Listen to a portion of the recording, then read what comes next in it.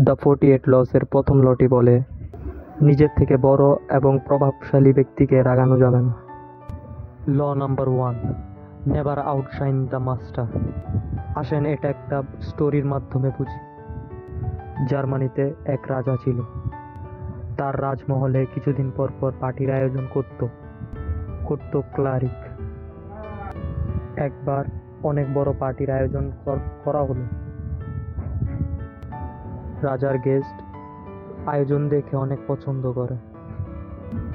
তখন ক্লারিক তাদের সামনে গিয়ে বলে, এই কাজ সেই করেছে। সবাই তাকে বাহবা দিতে লাগলো। এতে রাজা রেগে গেল। রাজা সব সময় চাইতো তার প্রশংসা হোক।